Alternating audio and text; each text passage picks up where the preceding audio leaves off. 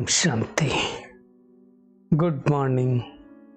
साकार मुरली 22 फरवरी 2023। बाबा की मीठी मीठी मुरली है मीठे मीठे बच्चों के मीठे मंथन के लिए। मंथन शुरू करने से पहले सुख के सागर शिव बाबा की सुख भरी किरणों के नीचे बैठ जाते हैं और अनुभव करते हैं, मैं सुख स्वरूप आत्मा हूं, सुख के सागर की संतान हूं। आज मीठे बाबा ने कहा, मीठे बच्चे तुम्हें ज्ञान की सैक्रीन मिली है। संसार में कहा जाता है सैक्रीन से मीठा कुछ नहीं होता है, तो परमात्म ज्ञान से अच्छा, परमात्म ज्ञान से मीठा कुछ नहीं होता है। और उस सैक्रीन की बूंद बाबा ने कहा क्या है, मन मना भव, अर्थात मन ही मन परमात्मा को याद करो। ये खुराक खाते रहो और सबको खिलाते रहो। जो खजाना आपको मिला है दूसरे को देते रहो। आज का प्रश्न है, सच्ची सच्ची खुश खैरापात कौन सी है? तुम्हें सबको कौन सी रूहानी खातिरी करनी है? बाबा कहते हैं सबसे अच्छी खुश खैरापात क्या है? हर एक को परमात्मा का परिचय देना। श्रीमत पर बाबा कहते हैं सबको ये खुशी की खुराक खिलाते रहो कि परमात्मा इस सृष्टि पर आ चुका है, सृष्टि बदलने वाली है, परिवर्तित होने वाली है। बाबा ने कहा बेहद के बाप द्वारा जीवन मुक्ति की खुराक जो तुम्हें मिली है वो सबको देते चलो। अतीन्द्रिय सुख में रह सबको ज्ञान योग की फर्स्ट क्लास खुराक खिलाना, ये सबसे अच्छी रूहानी खातिरी है। ज्ञान योग दे देना, बाबा का परिचय दे देना, राजयोग किला करा देना, ये सबसे बड़ी खातिरी है। लेकिन कौन कर सकता है? जो अतीन्द्रिय सुख में होगा वही तो कर पाएगा, वही तो सबको दे पाएगा। ये कौन समझाता है? ज्ञान का तीसरा नेत्र देने वाला परमात्मा समझाता है। किसको समझाता है? हम बच्चों को। जो बच्चे उस परमात्मा से कनेक्ट है उनको तो समझाएंगे। ज्ञान का तीसरा नेत्र परमात्मा द्वारा कोई दे नहीं सकता है। बाबा कहते हैं कि तुम बच्चे जानते हो दुनिया बदलने वाली है, मनुष्य नहीं जानते कि दुनिया बदलने वाली है, कौन बदलेगा, कैसे बदलाएगा, क्योंकि ज्ञान का तीसरा नेत्र नहीं। हमें सृष्टि के आदि मध्य अंत का ज्ञान मिल गया। जैसे बाबा एग्जाम्पल देता है ना, ज्ञान सैक्रीन की एक बूंद भी कितनी मीठी होती है, तो ज्ञान का एक अक्षर भी बहुत मीठा है। बस एक ही काम करना है, आत्मा समझ के परमात्मा को याद करना है, और तो कुछ करना नहीं है। बाबा आया ही है स्वर्ग का वर्षा देने। तो बाबा कहता बच्चों को कितनी खुशी होनी चाहिए, बट हमारी खुशी क्यों जाती? छोटी छोटी परिस्थितियां, छोटी छोटी प्रॉब्लम। कल भी वरदान में कहा था ना बाबा ने कहा 21 जन्मों की मौज में रहने की जबरदस्त खुराक है। लेकिन खुराक किसके लिए? जो सदैव मौज में रहते हैं। इसलिए बाबा ने कहा एक खुराक खाते रहो, एक दो को खिलाते रहो, यही खातिरी है। जैसे दुनिया में नहीं लोग आते, भाई क्या खातिरी करोगे, चाय पिलाओगे, नाश्ता कराओ, ये खातिरी सबसे अच्छी है। कोई मनुष्य ये खातिरी नहीं कर सकता है। हम बच्चे भी श्रीमत पर ये रूहानी खातिरी करते हैं। बाबा आया है हमको जीवन मुक्ति की खुराक देने।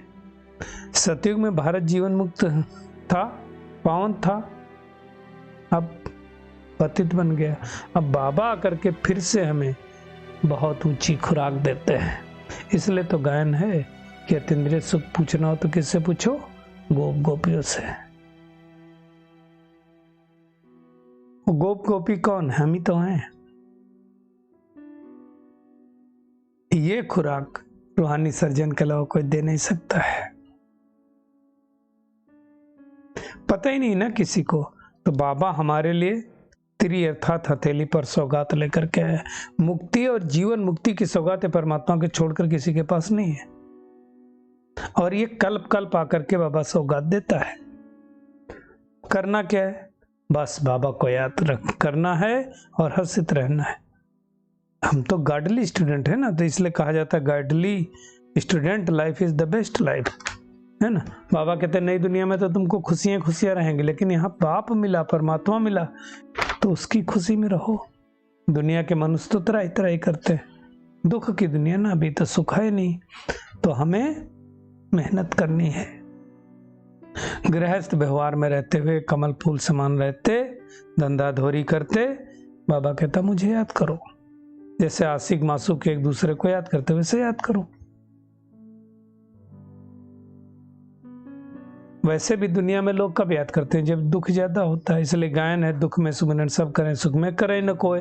सुख में सुमिरन करें तो दुख काहे को हो, तो वो तो होगा नहीं। सत्युग रहता तो हम सिमरन करेंगे ही नहीं। तो अब बाबा कहता है तुम सिमरन करो, देही अभिमानी बनो, आत्मा समझकर मुझ बाप को याद करो। और क्या करो? सत दैवी गुण भी धारण करो। जैसे लक्ष्मी नारायण में जो गुण थे वो धारण करेंगे तब वैसे हम बनेंगे ना। तो बहुत प्यार से बाबा को स्नेह से याद करना है।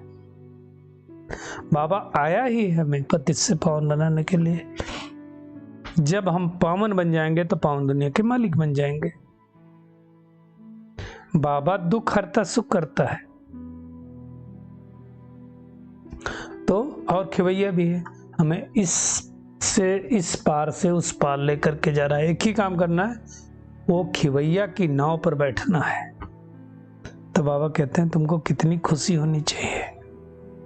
बेहद का बाप भगवान हमको पढ़ा रहा है। कब सुना हमको भगवान पढ़ाएंगे? बाबा कहते हैं मैं तो राजयोग तुमको सिखा रहा हूँ। तो पूरी रीत सीखना चाहिए, धारणा करनी चाहिए, है ना। पूरी रीत पढ़ाई पढ़ना चाहिए। बाबा कहता अपने को चेक करो, मैं उत्तम हूँ, मध्यम हूँ, कनिष्ठ हूँ, उच्च पद पाने लायक हूँ कि नहीं हूँ। उच्च पद कौन पाएगा? जो सेवा करेगा। बाबा कहते हैं मैं तो रोज सर्विस करता हूँ। ब्रह्मा बाबा का रथ लिया है, अगर बीमार होता है रथ तो उसमें बैठ के बाबा मुरली लिखता है। अगर मुख से नहीं बोल सकते तो लिख देता है। तो शिव बाबा तो कभी बीमार हो गए नहीं, तो हमेशा सेवा पर तत्पर रहता है।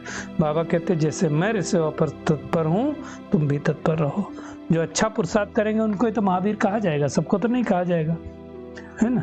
तो बाबा कहता है मैंने लोन लेकर के इस शरीर से तुमको पढ़ा रहा हूं, तो तुम्हें भी पुरुषार्थ करना है। तुमको सबको तो बाबा कहता अकाल तख्त है, भ्रुकुटी तख्त है ना, भले किसी को पुरुष का है किसी को स्त्री का, हम सबको है। तो हमें उस तख्त पर बैठ करके बाबा को याद करना है, बाबा को पैगाम देना है। याद से ही कट उतरेगी, है ना। और ज्ञान का जो तीसरा नेत्र दे दिया है बाबा ने, उससे सबको आत्मा भाई भाई देखना है। जितना आत्मिक रूप में भाई भाई देखेंगे उतनी कर्मेंद्रियां शीतल हो जाएंगी, चंचलता खत्म हो जाएगी। फिर बाबा कहते भाई भाई देखने की आदत पक्की हो जाएगी। प्रैक्टिस करनी है। हिम्मते मर्दा मदते खुदा, गायन है ना, तो हिम्मत करना है। बाबा कहते तुम शरीर आए थे, शरीर वापस जाओगे 84 जन्मों का पार्ट बजाने। तो घर से ही शुरुआत करनी है। Charity begins with home. तो खुद को फिर दूसरों को समझाना, पहले खुद समझना फिर दूसरा समझाना। और क्या कहता है बाबा कि अगर कहीं सहन करना पड़े तो सहन करो, चुप रहो। कोई उल्टी सुल्टी बात बोले तो क्या करो?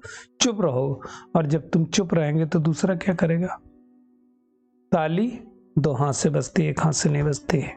एक ने मुख की ताली बजाई, दूसरा चुप कर दे तो अपने आप ही वो चुप हो जाएगा। अगर वो भी ताली बजाएगा तो लड़ाई झगड़ा होता चला जाएगा। इसलिए हमें ध्यान देना है। बाबा कहते ज्ञान के तीसरे नेत्र से देखो सबको। बाबा भी आत्मा ही को देखता, शरीर को तो देखता नहीं, है ना। योग कराते हो तो भी बाबा कहते अपने को आत्मा समझ, भाइयों को देखते रहो तो सर्विस अच्छी होगी। शरीर को किसी के नहीं देखना है। यही पुरुषोत्तम संगम युग है जब हमें ये आदत डालनी है। सतयुग में थोड़ी जाके आदत डालनी है। तो बाबा ने जो मुझे ज्ञान दिया है वो ज्ञान हमें दूसरों को देना है।